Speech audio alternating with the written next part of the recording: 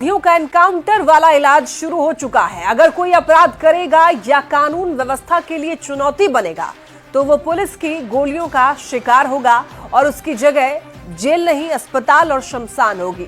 अररिया में पुलिस ने एक बार देखिए फिर से एक अपराधी को पकड़ने की कोशिश की तो अपराधियों ने गोलीबारी कर दी, जिसके जवाब में पुलिस और एसटीएफ के जवान ने भी फायरिंग की, जिसमें मोस्ट वांटेड अपराधी चुनमुन झा घायल हो गया और बाद में इलाज के दौरान सदर अस्पताल में उसकी मौत हो गई।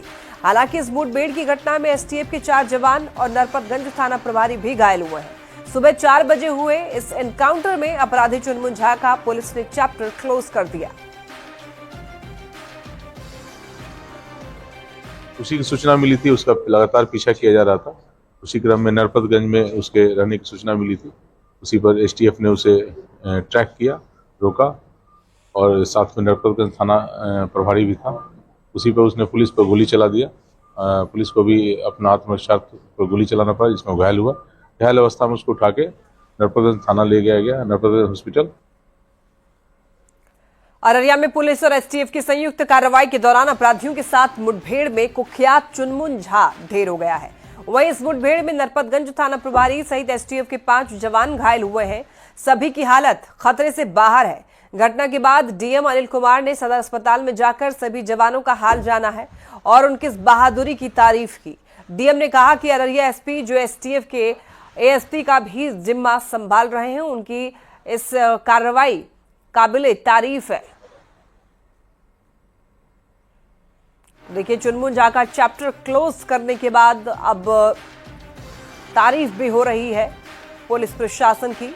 अब ये एनकाउंटर वाला इलाज करना पड़ जाएगा। जैसे कि आपने सुना था, बिहार के डिप्टी सीएम विजय सिन्हा ने भी कहा था कि अगर एनकाउंटर करना पड़ जाएगा अपराधियों का तो वो भी किया जाएगा।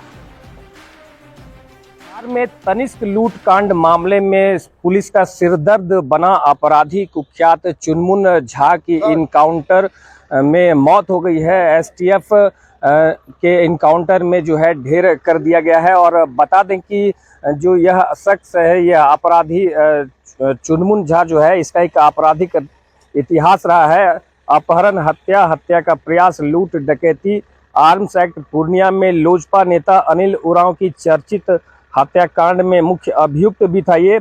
और अररिया के पलासी के मुखिया संतोष मंडल के हत्या का प्रयास इसने किया था। इसके अलावा बड़े मामलों में बात की जाए तो पूर्णिया और आरा में तनिष्क लूटकांड में यह वांछित था चुनमुन झा। पूर्णिया के तनिष्क लूटकांड में 3 लाख का इनामी भी था चुनमुन झा उर्फ राकेश झा। और बता दें कि अररिया के मजलिसपुर का यह रहने वाला था। और तस्वीर आप साफ तौर पर देख सकते हैं कि जो एसटीएफ की टीम और जो एफएसएल और पुलिस की यहाँ जो टीम है वो इस घटनास्थल पर मौजूद है। और यहीं पर जो है एसटीएफ के इनकाउंटर में जो अपराधी है चुनमुन झा वह ढेर हुआ था, जिसे अररिया सदर अस्पताल में जो है मृत घोषित कर दिया। और जिस तरीके से बिहार पुलिस के मुखिया ने साफ इशारा कर दिया है कि अपराधियों को बख्शा नहीं जाएगा, ऐसे में तस्वीर अररिया के नरपतगंज थाना क्षेत्र के का जो है यह थला गांव है। और यही वो नहर है जहां पर एसटीएफ और जो अपराधी चुनमुन झा है उसके हुआ था मुठभेड़ हुआ था, जिसमें एसटीएफ के मुठभेड़ में जो है वह अपराधी चुनमुन झा की मौत हो जाती है। तो साफ तौर पर पुलिस जो है बिहार में एक्शन मोड में है और अपराधी चुनमुन झा को इनकाउंटर में ढेर कर दिया गया है। और बता दें कि चुनमुन झा के साथ में एक और अपराधी था, जिसकी तलाश में फिलहाल जो है पुलिस और एसटीएफ की टीम जुटी हुई है। बता दें कि नरपतगंज थानाध्यक्ष विकास कुमार समेत एसटीएफ के 5 जवान जो है इसमें घायल हुए हैं। हालांकि वे सभी अभी सुरक्षित हैं। डॉक्टरों ने उसे मृत घोषित कर दिया। सतीश कुमार, न्यूज़ 18, नरपतगंज, अररिया।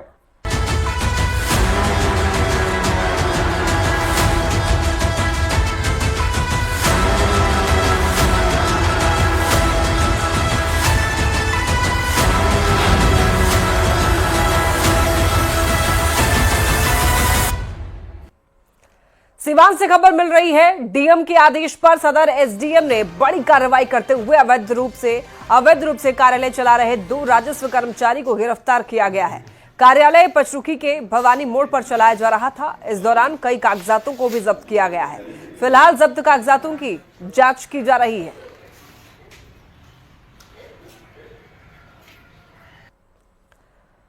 बिहार दिवस के कार्यक्रमों से अलग अलग बिहार के विकास को लेकर मुख्यमंत्री नीतीश कुमार लगातार विकास योजनाओं की समीक्षा कर रहे हैं और धरातल पर जाकर काम का जायजा भी ले रहे हैं। मुख्यमंत्री ने पटना में आज कई विकास योजनाओं का जायजा लिया, निर्माणाधीन विधायक बंगले का भी जायजा लिया और अधिकारियों को काम को लेकर कई दिशा निर्देश भी दिए। इसके साथ ही सीएम ने सिपारा महुली एलिवेटेड रोड का भी जायजा लिया।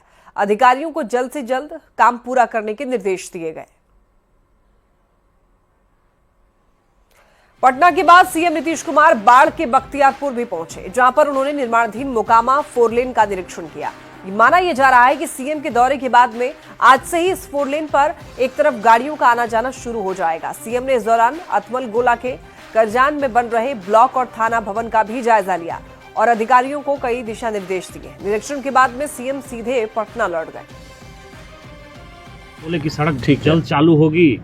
वो बहुत खुश हैं क्योंकि एक साइड हमने चालू कर दिया है, वो दूसरी साइड के लिए है कि उसको भी थोड़ा जल्दी कर दीजिए। यही उनका था। मतलब ये आम आवाम के लिए भी शुरुआत हो गई? नहीं, हाँ करीब हाँ, आज से हम बाकी लोगों के लिए भी 1-2 दिन में फ्री कर देंगे। कितने किलोमीटर का है सर? ये टोटल 44.6 किलोमीटर की रोड है, जो बहुत पहले से कंप्लीट है। सिर्फ एक आरओबी राइट साइड वाली बची है, जो हम प्रयास कर रहे हैं कि अप्रैल एंड में इनको खत्म कर दें।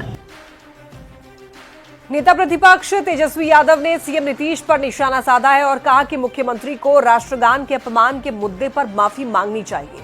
तेजस्वी यादव पूर्णिया में युवा आरजेडी के कार्यालय का उद्घाटन करने के लिए पहुंचे थे। यहां पर उन्होंने सीएम नीतीश को लेकर के अपनी बात रखी। दोष है, हम बिहार के लोगों का शर्म से माथा झुका हुआ है। मुख्यमंत्री केवल मुख्यमंत्री नहीं बल्कि वो राज्य के लीडर है। 14 करोड़ लोगों का रिप्रेजेंटेशन वो करते हैं। और जिस प्रकार से कल का जो वीडियो आया, राष्ट्रगान का अपमान उन्होंने जिस प्रकार से किया, बेहद ही निंदनीय, दुखद है, पीड़ादायक है बिहारी होने के नाते। तेजस्वी यादव ने कहा है कि मुख्यमंत्री की उम्र काफी हो गई है, वो 20 साल तक मुख्यमंत्री रहे। इस दौरान उन्होंने जो भी काम किया सब ठीक है, लेकिन अब उनकी उम्र और सेहत दोनों इस लायक नहीं है कि वो बिहार के 14 करोड़ लोगों का प्रतिनिधित्व कर सके। तेजस्वी के इस बयान पर अब राजनीति तेज हो गई है। मान रहे हैं कि पिछले 20 साल में नीतीश कुमार जी ने बिहार को जंगल राज से बाहर निकाल करके एक विकसित राज्य बनाया है। और जहां तक रही बात उम्र की, तो अभी 2 महीने तक बिहार के हर जिले की यात्रा करके आए हैं नीतीश कुमार। प्रगति यात्रा के दौरान 40,000 से ज्यादा करोड़ की योजनाओं की घोषणा की गई और सबको मूर्त रूप दिया गया। आदरणीय मुख्यमंत्री श्री नीतीश कुमार जी 20 वर्षों से बिहार जैसे प्रदेश के नेतृत्वकर्ता बने हुए हैं। सरकार में उन्होंने क्या किया क्या नहीं किया, ये तो सवाल खड़े रोज हो रहे हैं। लेकिन श्री तेजस्वी यादव जी ने जो सवाल खड़े किए हैं, अब उनका जो बढ़ती उम्र है और जो सेहत है, वो जवाब दे रहा। देर से ही सही, लेकिन सत्य तो आपने स्वीकार लिया भाई तेजस्वी जी।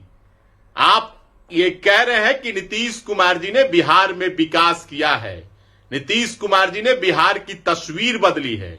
4 डिग्री ठंड हो या 44 डिग्री गर्मी हो, आदरणीय नीतीश कुमार जी जनता के बीच रहते हैं। तेजस्वी यादव जी से मैं सहमत हूँ, बिल्कुल ठीक कह रहे हैं। हमारे गांव में भी तो यही होता है ना जी, कि आप जब बुजुर्ग हो जाते हैं तो गांव के ढलान पे बैठ जाते हैं और वहां से आशीर्वाद और मार्गदर्शन गाइड करते रहते हैं।